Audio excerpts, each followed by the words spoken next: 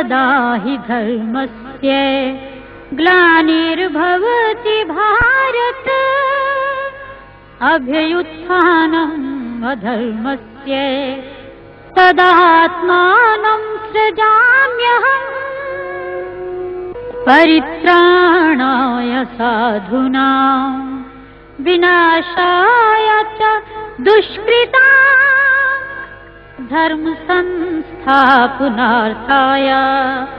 संभवामि युगे युगे।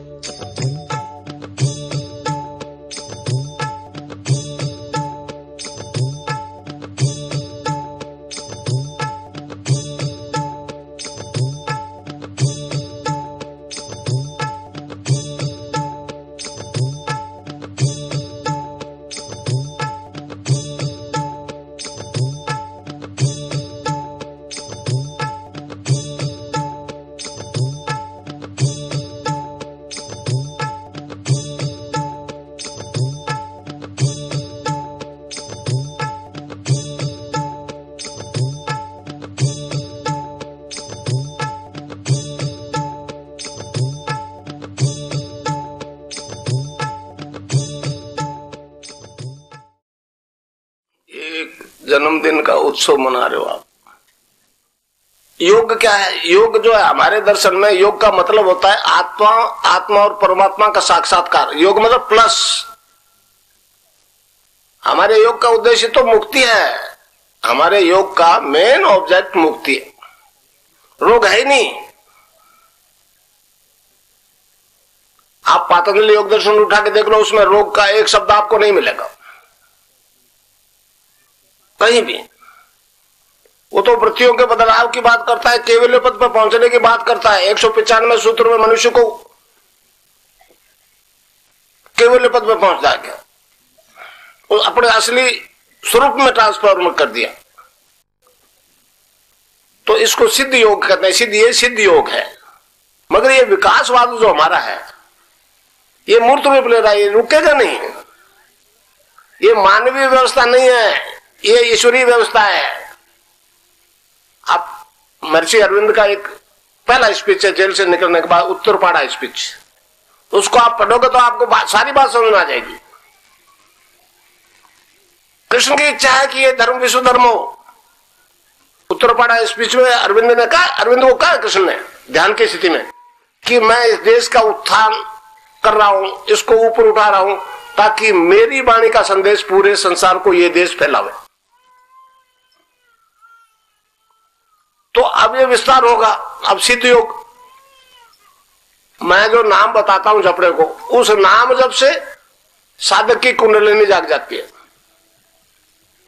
और कुंडलिनी जागते ही वो साधक का शरीर, प्राण, मन और अपनी बुद्धि और अपने कंट्रोल में कर लेती है, और सारी योगी क्रियाएं स्वयं करवाती है। साधक उसको रोक नहीं सकता। अब यहां आके लड़खड़ा गया विज्ञान। वो कहता है बिना प्रयास के, मैंने कहा आप रोकना चाहो तो नहीं रोक सकोगे, आ जाओ मैदान में। तो इस प्रकार जो योग हो रहा है, उससे सारे शारीरिक रोग खत्म हो रहे हैं, चाहे साइंस ने उसको इनक्योरेबल कह दिया।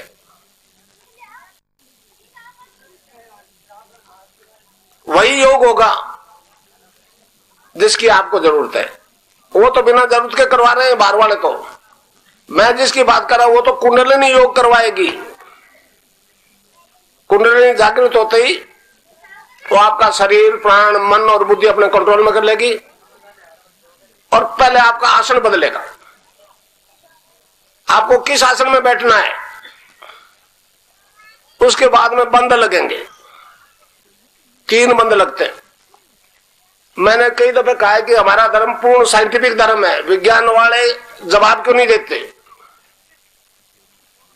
आपने देखा है रॉकेट जाते ऊपर तो नीचे स्पार्क होता है एनर्जी का, उससे ऊपर उठते हैं।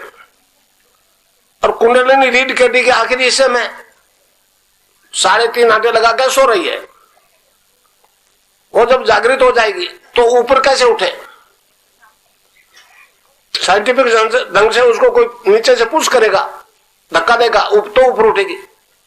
तो योग में 5 प्रकार के वायु होते हैं, प्राण, अपान, समान, उदान और व्यान। हर एक वायु का अलग अलग शरीर में काम होता है। प्राणवायु हम सांस लेते हैं, अपान वायु जो है नाभि से नीचे के डिस्चार्ज है उसको फेंकता है, नीचे फेंकता है। और कुंडली या रीढ़ के आखिरी हिस्से में जब तक वो अपान वायु ऊपर नहीं उठेगा, कुंडलिनी ऊपर नहीं उठेगी।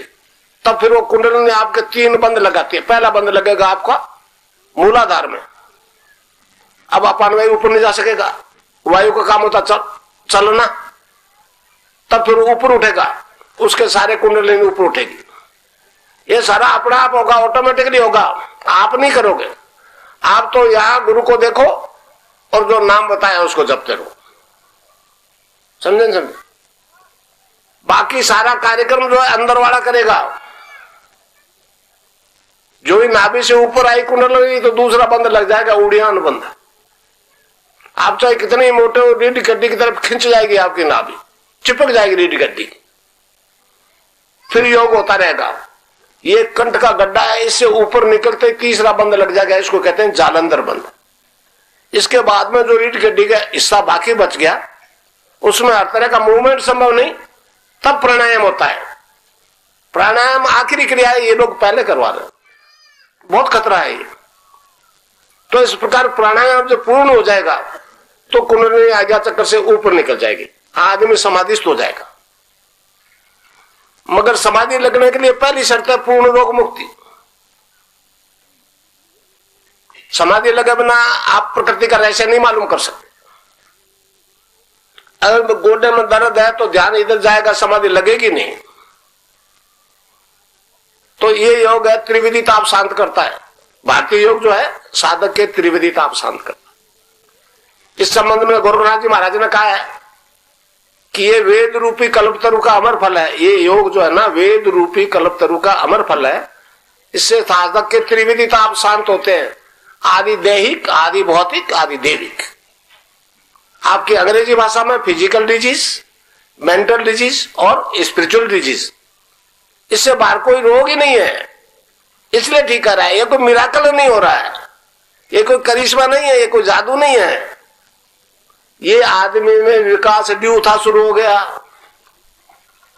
समझे? ये विकास ड्यू था, शुरू हो गया।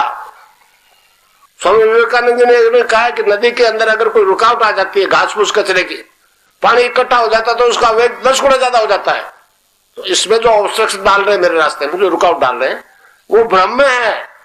ये रुकने वाली चीज नहीं है, ये धन से नहीं चल रही है, धर्म चल रहा है, धर्म चल रहा है। धर्म अपने आप में एक पूर्ण सत्ता है, राम को माया संचालित नहीं कर सकती। तो एक विज्ञान है, हमारा विज्ञान है, मूर्त रूप ले रहा है। ये वैदिक मनोविज्ञान है। हमारा सबसे पुराना है ऋग्वेद। उसमें जब मनुष्य शरीर की बात की गई है तो कहा ये 7 प्रकार के सेल से बना है, उसके अंदर आत्मा है। फिर वो अलग अलग सेल्स की बात करते हैं। तो पहले मैटर से शुरू करते हैं, अन्न से। ये शरीर बना, उसमें पहले अन्न, अन्नमय कोश, प्राणमय कोश, मनोमय कोश और विज्ञानमय कोश। विज्ञान ने खूब उन्नति कर ली, पश्चिम ने विज्ञानमय कोश को खूब चेतन विकसित कर लिया, मगर शांति क्यों नहीं हुई? समस्याओं का मानव के अंत क्यों नहीं हुआ? तो मैंने उनको कहा है कि जब तक आदमी के ऊपर के 3 कोश, जिसे सच्चिदानंद कहते हैं, सत प्लस चित प्लस आनंद, वो तीनों चेतन नहीं होंगे, इस प्रकार 7 चेतन होंगे तो मानव की समस्याओं का अंत हो जाएगा, जिसे हम सच्चिदानंद कहते हैं, सतचित आनंद। महर्षि रविंद्र की एक भविष्यवाणी है कि ये परिवर्तन अगर एक ही मनुष्य में एक ही जन्म में आ जाए, दोनों परिवर्तन एक जन्म में आ जाए, तो फिर पूरा मानव का कल्याण हो जाएगा। तो मैं आपको बताऊं, मैं आराधना नहीं करने वाला आदमी, आप तो आए हो सुनने में, सुनने को तैयार नहीं था। तो मुझे मजबूर में गायत्री मंत्र की आराधना करनी पड़ेगी। 1.25 लाख का पुरुषन किया, हवन और आहुति के साथ, उससे ये ट्रांसफॉर्म हो गया, डिवाइन फॉर्म में ट्रांसफॉर्म हो गई मेरी बॉडी, जिससे पैदा हुई उसके असली फॉर्म में आ गई है, वो निर्गुण निराकार की आराधना। फिर मैंने कहा, मैं नहीं जानता था सिद्धि विधि क्या भला होती है, मैं समझता ही नहीं था सिद्धि क्या होती है। लोगों ने बताया ये हो गया, मैं चलो हो गया। फिर मैंने कहा ये कृष्ण वाले से, तो कृष्ण ने कहा कि यहां भी मैं और मर के मेरे पास आ गया, अर्जुन को अभी मान ले। मैंने उसका मंत्र जपना शुरू कर दिया, जो मैं आपको दिया, उसकी भी सिद्धि होगी। अब दोनों सिद्धियां एक ही जन्म में एक ही फिजिकल बॉडी में होगी, इसलिए तस्वीर इफेक्ट करने लगी। आज तक नहीं हुई दोनों सिद्धियां मानव जाति में। अब दोनों सिद्धियां एक ही जन्म में एक ही शरीर में हो गई, तो ये ट्रांसफॉर्म हो गया। भगवान कृष्ण तो 9वें अवतार थे, वो फिजिकल बॉडी में चेंज आ गई उसकी, और वो निर्गुण निराकार, वो प्रकाश में ट्रांसफॉर्म हो गई। इस कारण से तस्वीर में ठीक हो रहा, तस्वीर से ठीक हो रहा है।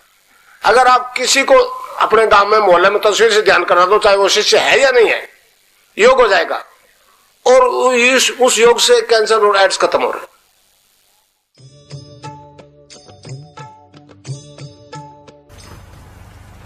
तो इस प्रकार अब मंत्र बता दूं, उसको जपना है क्लिंग कृष्ण क्लिंग। क्लिंग गै की ध्वनि निकलेगी पीछे, cling Krishna cling, cling Krishna cling, cling Krishna cling, cling Krishna cling, cling Krishna cling, cling Krishna cling, cling Krishna cling, cling Krishna cling, cling Krishna cling, cling Krishna cling, cling Krishna cling, cling Krishna cling, cling Krishna cling, cling Krishna cling, cling Krishna cling, cling Krishna cling, cling Krishna cling. तो इसको जपना है round the clock. अब कैसे छूटे, नाम रट ला। तो किसी बीमारी से ग्रसित हो, इससे ठीक हो जाओगे आप। अच्छा, अब ध्यान करो भाई 15 मिनट, यहां मुझे देखो और नाम जब चालू रखो। कोई प्रकार की योगिक क्रिया हो तो घबराएगा नहीं, 15 मिनट ध्यान करो, 15 मिनट में अपना बंद हो जाएगी। मन ही मन जपो, और जेब नहीं रहना चाहिए। Cling Krishna cling, cling Krishna cling, cling Krishna cling, cling Krishna cling, cling Krishna cling, cling Krishna cling, cling Krishna cling. शुरू कर दो।